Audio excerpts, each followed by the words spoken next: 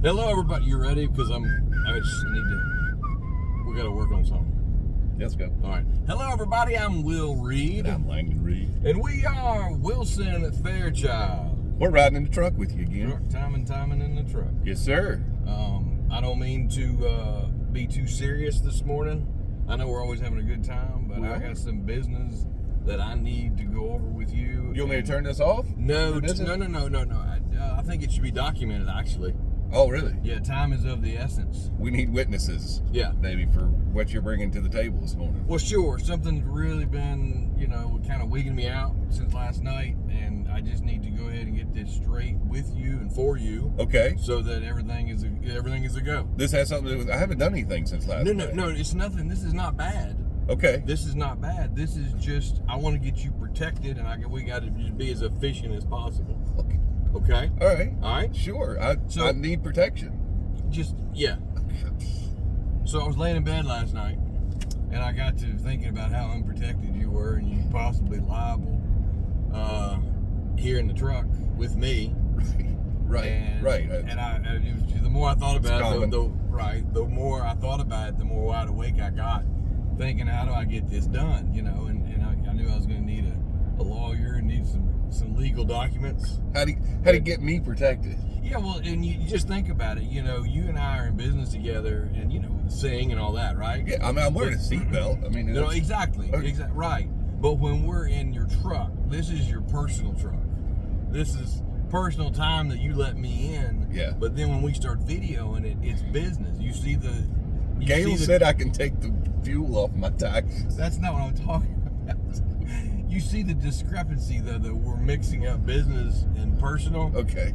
And I was like, I don't know if you're liable or if I'm liable or who needs to be protected, but I just knew that I had to get something done about it, so I got it in the works. Okay? Okay. All right. Yeah. So I found an attorney last night. Last night? You said you were actually in bed, so did you get out of bed to find an attorney? No, I stayed in bed. I was on my phone. Okay. I was on my phone, and I had to find an attorney. I apologize. That was none of my business. No, right there. What is now? It's your business. Hey, well, that's true. It has to do with my protection, right? And me being because I knew we were going to need paperwork and disclosures and some sort of indemnity clauses and stuff like that, right, to get you protected. So I found an attorney last night, and I got it. Quick question. What's that? What time were you on the attorney search? It's about 2:20 Eastern time, a.m. Where did you find an attorney that was open, working through the night like that? Australia. Oh. See, I have the internet, and okay. He was in his office. It was business hours in Australia. Right. Because they're like 14 and a half hours behind or something. Yeah, I think it was. I can't remember if it was summer or fall where he was at, but he was in his office. He definitely wasn't in bed. Right. Okay. Right. It was so funny too because when he answered the phone, the first thing he said was "Blakey," which I don't even know what that means. I don't know. Maybe we shouldn't say that. I don't know either. It could be bad. Right. But anyway, so I get him on the phone, and he said, "How can I help you?" And I said, I was trying to be funny too. I was like, "Hey, you got any shrimp on the barbie?" That's the only thing I knew to say. Right? And he said, "Blakey." Right, and he said, "I bet you go to the Outback." He was not pleased. He was not happy with it at all. Australian humor. So anyway, I'm talking to this guy, and actually, it was like Down Under Turning at Laws, TLC. So I can't remember. Right.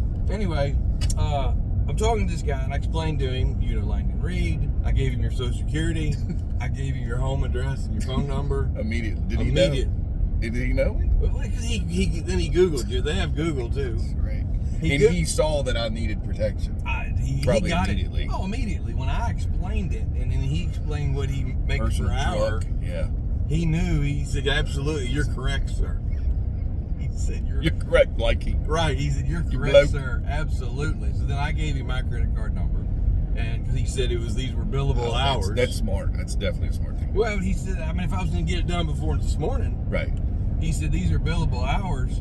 And I said, fine. I said, I just need something drawn up to protect Langdon. You need a foreclosure signed up right now. Personal truck, personal time, that if anything happened when we were in truck time, that you were protected. You know? Right. Well, it just makes sense. Are you getting? Gosh, I mean, I couldn't sleep. I could tell. You called Australia at 2:20 in the morning. Right. It was bothering you so much about my protection. Right. Using the personal truck and the business and. Exactly. And. So I talked to him till about 5:23 this morning. Okay. Wow. Yeah. I've been up all night. Okay. And I'll be honest. Even after talking to him and going through this paperwork, I'm still not sure who's liable. For. See what I mean? Anything. See what I mean? It's all out there. Right. Yeah, I mean, if you got the internet, yeah, it's possible that we could all be liable. Right. So it's blowing my mind, you know. Yeah. From a legal standpoint, you know, who's, you know. He sent over contracts and clauses. And discrimination. Yeah. Some of this I gotta go through because discrimination clauses. Yeah, I'm not sure. I don't need that one. Right. Hey, and don't be upset about this. No. I feel protected already. Don't need that. All right, well, hold on. Let's stick that up there. I don't need that one. Yeah. So did he send you all this? What? Over all these files and papers? Yeah, he did. He sent me all these files. Facsimile? Yeah. It was a facsimile. Still working? And then I just printed out some stuff. Wow. Hey, can you just kind of grab in bulk the whole folder there, what you're going through, just to see what I got a few things. That's for my protection. Right. That's what we're saying. We got to get it in place. I know. We got to get this in place. Yeah. Did you realize what was going on? No, I had no idea. Okay, that's what I'm saying. I was sleeping like a baby over there, and you're on the phone with Australia. Right. Because I could be liable. That's what I'm saying. You know, and so, and this all had to do with truck time. Did he say anything about a indemnity or double indemnity? Double indemnity? He did. Did he? He did, and I said, hey, just put it on. I said, put it on line 3, page 4. That's where we were at when he said that. Yeah. Did he know what that word meant, or even how to pronounce it, or he just double indemnity? Indemnity. Yeah, he said he did. I don't. It's probably in there somewhere. It might be one of these about the indemnity. Yeah, wait a minute. Yeah. Do you need that? You probably don't need that. Okay, then when we got into Article 15, oh my gosh, he was asking more personal information about you, so I gave it to him. About what time was this? Article 15. What time did that come up? 4:14, 4:15, or whatever it takes. Yeah, 4:14, 4:15, whatever.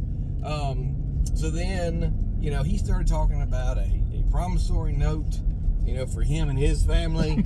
He started talking about, you know, all your tangible and personal items. And I really don't know what that had to do with me getting you unliable. Right. But I gave him everything he needed. Okay. Yeah. We talk forever. He is a good guy. He is. Did it ever come up? Did it ever come up when you were talking about? He's in Australia, right? Yeah. I just didn't know. Oh, I did ask him.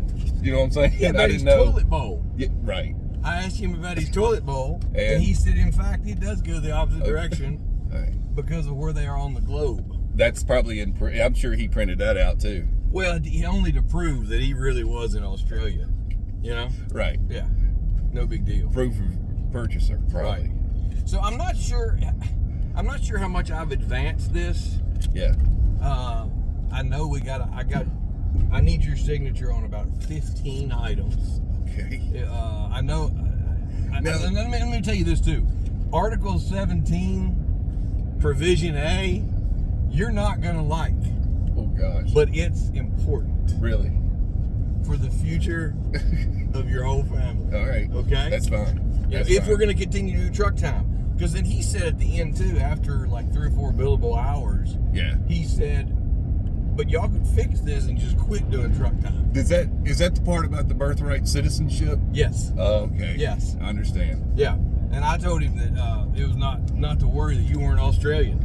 You'd been here your whole life. So it should be fine. Yeah, of course. All right, we could just cross that out. It's probably like a rider. We can just cross out what we don't like maybe and just stamp through. Exactly. Yeah. And he asked me if you were familiar with their culture, and I said, yeah, I mean, as a kid, you'd seen all the Crocodile Dundee movies. Oh yeah, big fan. Right. Yeah, Mick Dundee. Mick Dundee. Yeah. If Mick wants his bloody shirt back, he can crawl down there his bloody self and get it.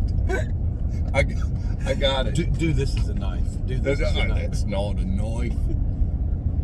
That's a knife.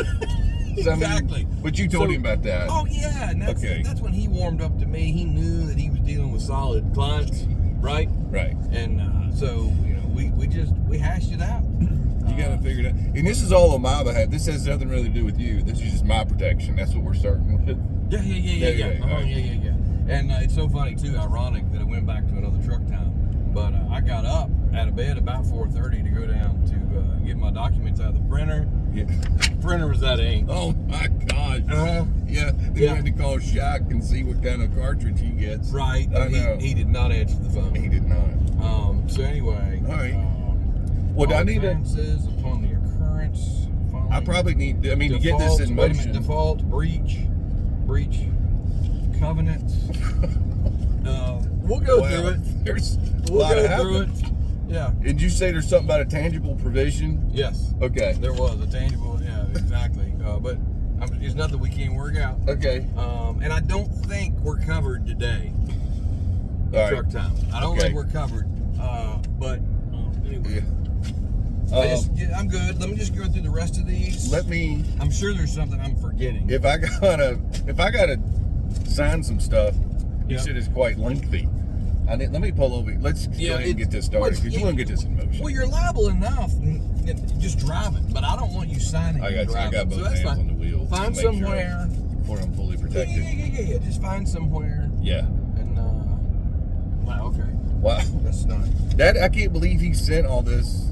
Can you believe that guy's a worker, can you believe man? I still can't find the one. I can't find the one I'm looking for. A worker, man. Yeah. Wow. All right. Run me back home. I got to get like the breach page. I got to get that one. All right. We'll get you fixed up. All right. I'll get it signed up and we'll keep y'all. All right. Get me protected. Sounds good. Thank you. Be careful. Appreciate it. Watch your road.